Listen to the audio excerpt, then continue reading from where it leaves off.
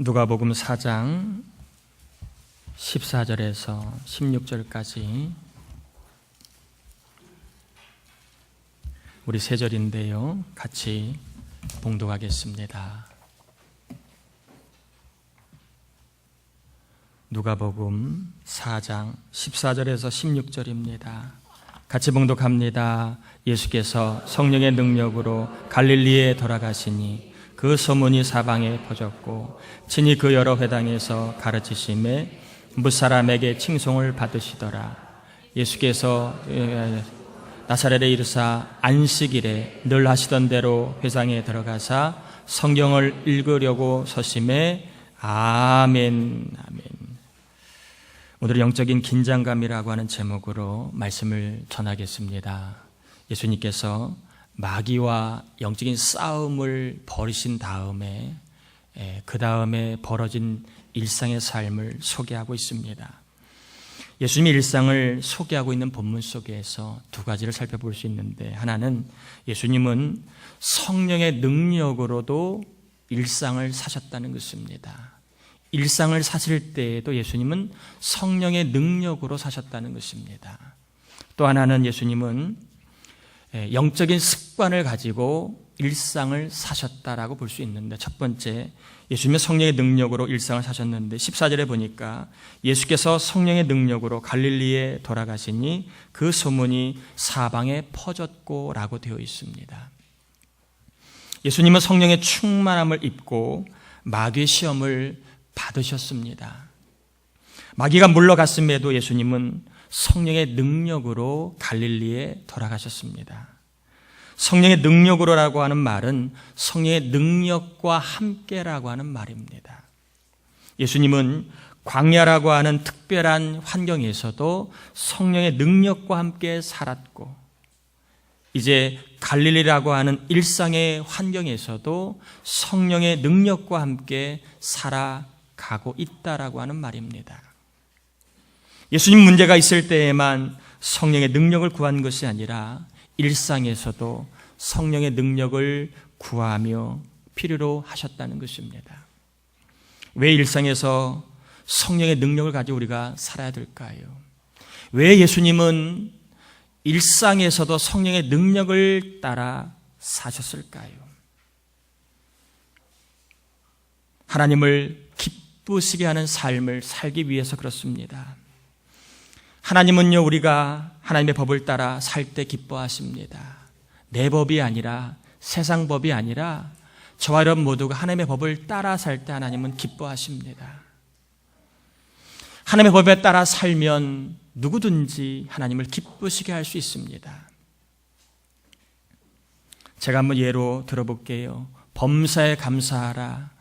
하나님의 법이에요, 아니에요? 하나님의 법이고 뜻입니다.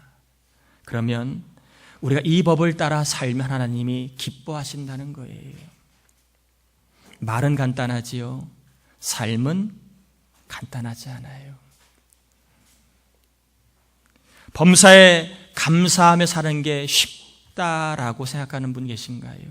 혹은 어렵다고 생각하는 분 계신가요? 아마 쉽다라고 생각하는 분은 간첩일 거나 아니면 쓴맛 단맛을 다 보고 나서 깨달은 영적인 진리를 얻은 성숙한 신자임에 분명합니다. 우리 모두는 하나님의 법을 따라 살아가야 되지만 하나님의 법을 따라 살아가는 게 쉽지가 않아요. 말은 하나님의 법을 따라 살면 하나님을 기쁘시게 한다라고 말하지만 하나님의 법을 일상에서 따라 살아가는 게 쉽지가 않습니다. 왜 우리는 하나님의 법을 따라 살아가는 게 어려울까요? 예수 믿고 구원받았음에도 왜 우리는 하나님의 법을 따라 살아가는 게 어려울까요? 따라해 볼까요? 우리 안에, 내 안에 두 마음이 있기 때문이다. 저와 여러분이 하나님의 법을 따라 살기를 원하지만 그렇게 살지를 못하는 것은 바로 우리 안에 두 가지의 마음이 있기 때문에 그렇습니다. 하나는 선을 행하려고 하는 마음이고, 또 하나는 선을 거스리는 악을 행하려고 하는 마음, 두 마음이 있기 때문에 그렇습니다. 이 선을 행하려는 마음은 하나님의 법에 따라 살라고 작동하는 마음이 선을 행하는 마음입니다. 악을 행하는 마음은 하나님의 법을 무시하거나 어기라고 작동하게 만드는 게 바로 악을 행하는 마음입니다. 그런데 어떤 마음이 강하지요? 악을 행하는 마음이 강합니다. 그래서 우리들은 하나님의 법을 어기며 그리고 하나님의 법을 무시하며 살아가는 것이 쉽고 흔한 일이 되어버렸습니다. 비록 예수를 믿고 있음에도 말이지요. 바울은 이러한 이치를 로마서 7장 21절과 23절에 이렇게 말해주고 있습니다. 그러므로 내가 한 법을 깨달았노니 곧 선을 행하기 원하는 나에게 악이 함께 있는 것이로다. 내 속사람으로는 하나님의 법을 즐거워하되 내 지체 속에서 한 다른 법이 내 마음의 법과 싸워 내 지체 속에 있는 죄의 법으로 나를 사로잡는 것을 보는도다. 내 안에 악한 마음이 그나마 남아있는 선한 마음을 늘 사로잡는다는 거예요. 그래서 하나님의 법을 따르지 못하도록 한다는 것입니다. 그러므로 내 안에 있는 이 악한 마음을 굴복시키지 않는 한 저와 여러분은 하나님의 법을 따라 살기가 굉장히 어렵습니다. 안타깝게도 우리 스스로의 능력으로는 절대 악한 마음을 굴복시킬 수가 없는 것이 현실입니다.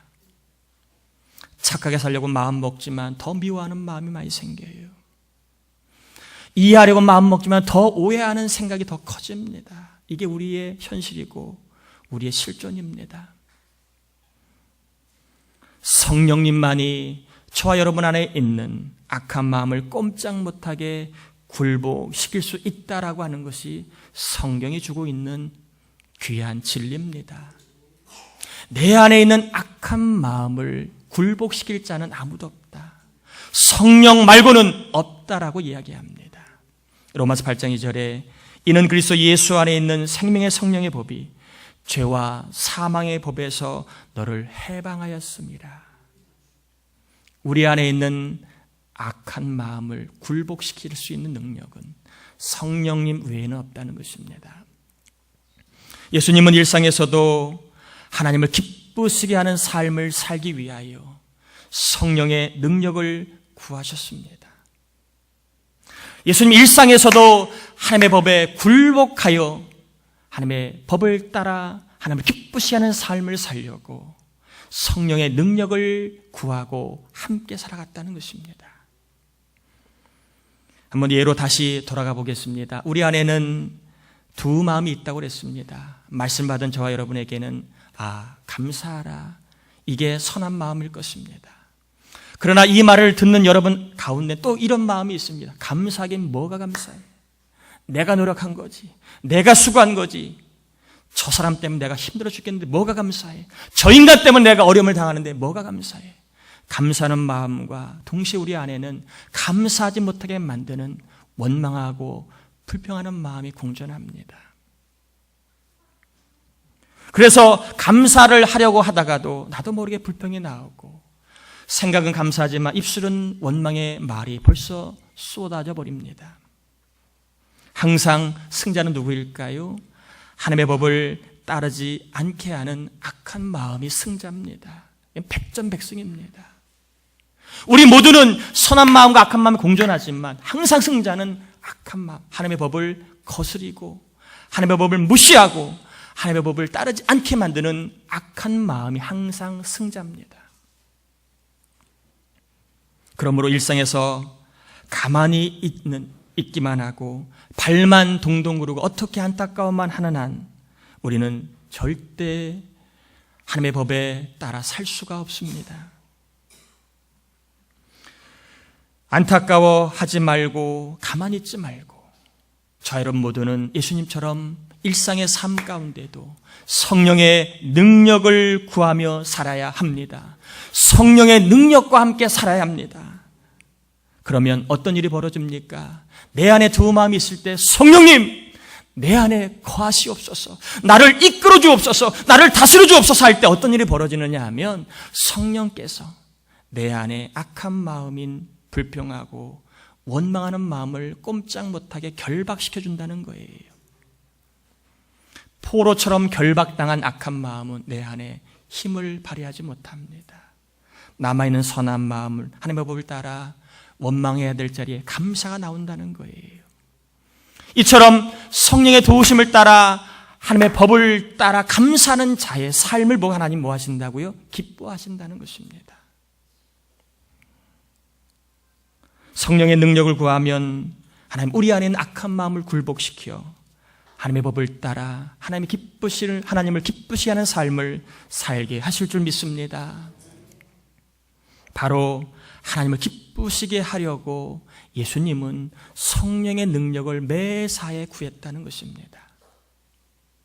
하나님의 법을 따를 수 있도록 매 순간마다 하나님의 도우심을 구했다는 것입니다.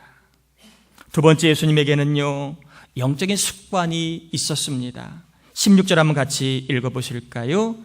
16절입니다. 예수께서 그 자라나신 곳 나사렛에 이르사 안식일에 늘 하시던 대로 회당에 들어가사 성경을 읽으려고 서심해 예수님에게는요 영적인 습관이 있었습니다. 안식일에 늘 하시던 대로 회당에 가셨고 성경을 읽으셨습니다. 이 말은 예수님은 늘 하나님과 깊이 교제하는 영적인 습관이 있었다는 것입니다. 예수님이 예배를 통하여 하나님과 교제하는 기쁨을 맛보았고 예수님은 말씀을 통하여 하나님과 교제하는 능력을 맛보았다는 것입니다. 맛보다 보니까 너무 좋거든요. 반복합니다. 어떤 상황에서도 하나님과 교제하는 삶을 살 수 있었습니다. 습관이 되다 보니까 어떠한 조건에서도 하나님과 깊이 교제하는 능력이 되었습니다. 그는 하나님과 교제하는 기쁨과 능력을 경험하며 살았다는 것입니다. 따라해 볼까? 하루를 사람보다 하나님과 먼저 교제하고 열자. 좀 끊겼나요? 하루를 사람보다 하나님과 먼저 교제함으로 열시길 바랍니다. 하루를 사람의 말을 먼저 듣는 것보다 하나님의 말씀을 듣는 것으로 먼저 여시길 바랍니다. 그러면 하나님과 교제의 능력, 하나님과 동행하는 삶의 능력을 경험하게 하실 줄 믿습니다. 특별히 우리 안에는 하나님과 교제하는 능력을 막는 편리한 것들이 너무나 많이 있습니다.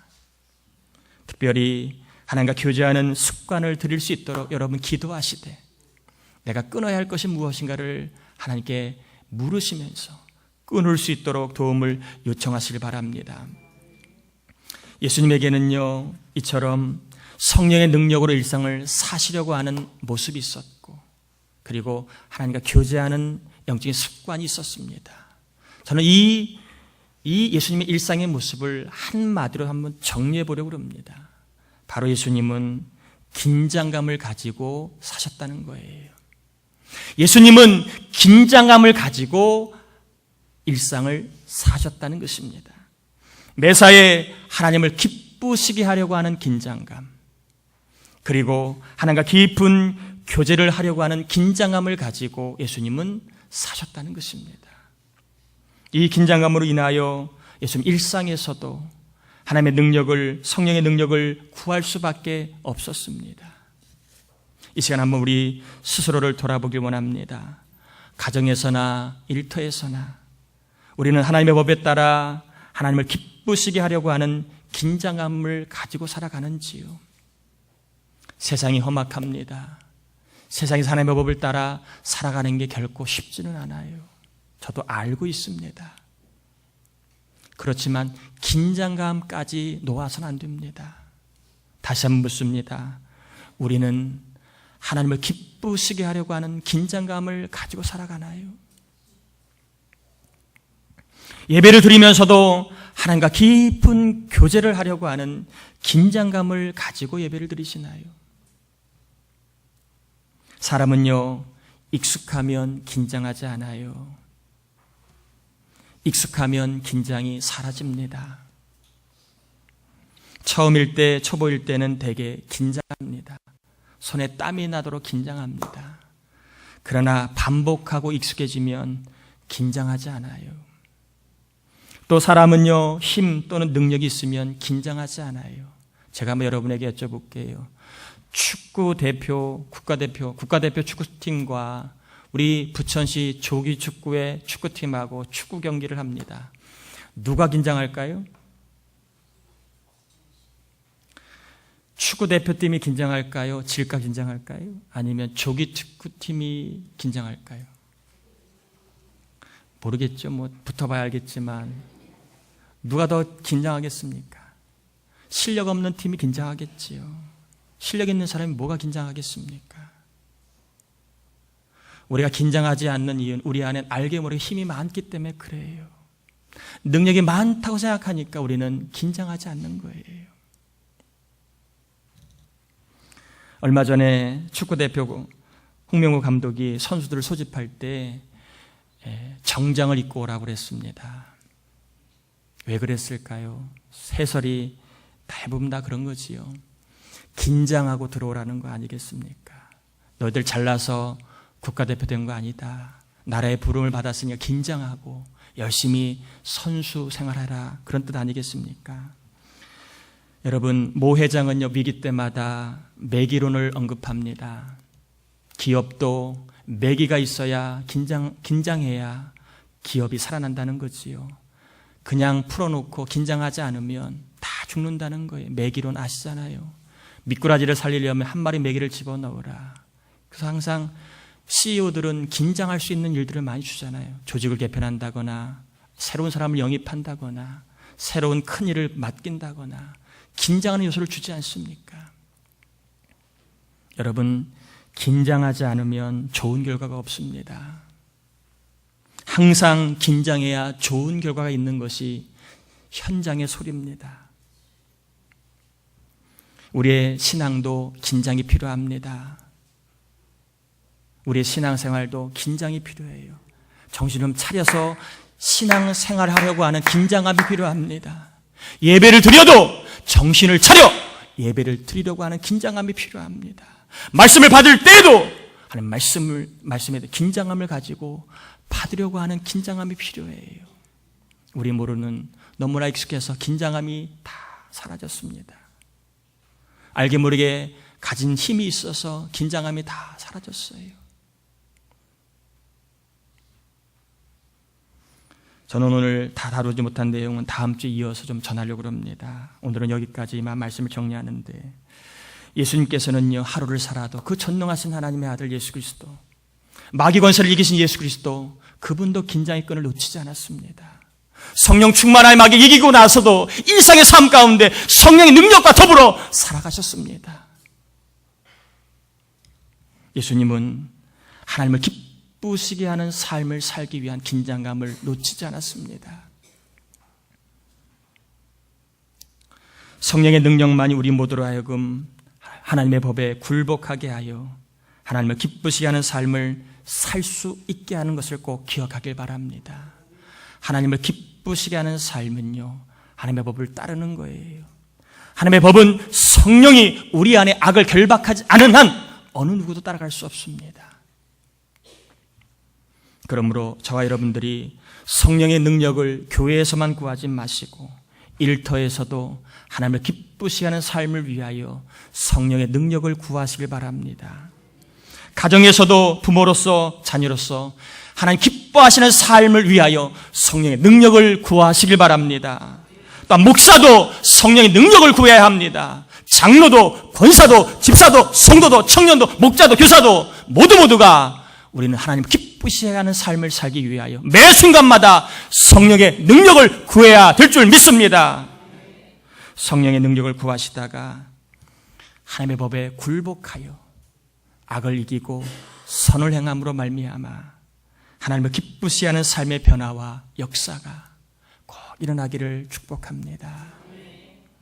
또한 예수님께서는 하나님과 깊은 교제를 하려고 하는 영적인 긴장감이 있었습니다. 사랑하는 연인과 교제할 때 얼마나 기쁘고 그리고 꿈만 같습니까? 시간이 10분이 막 10시간이 10분 같고 그렇지 않습니까? 사랑하는 연인과 교제해도 참 좋은데 여러분, 전능하신 하나님과 능력이 많으신 하나님과 교제한다면 그 교제의 기쁨은 사람과 비할 수 있겠습니까? 예배를 드릴 때에도 내가 하나님을 꼭 만나야겠다는 긴장감, 하나님의 음성을 내가 꼭 들어야겠다는 긴장감, 하나님의 은혜를 꼭 받아야겠다는 긴장감으로 들으시길 바랍니다.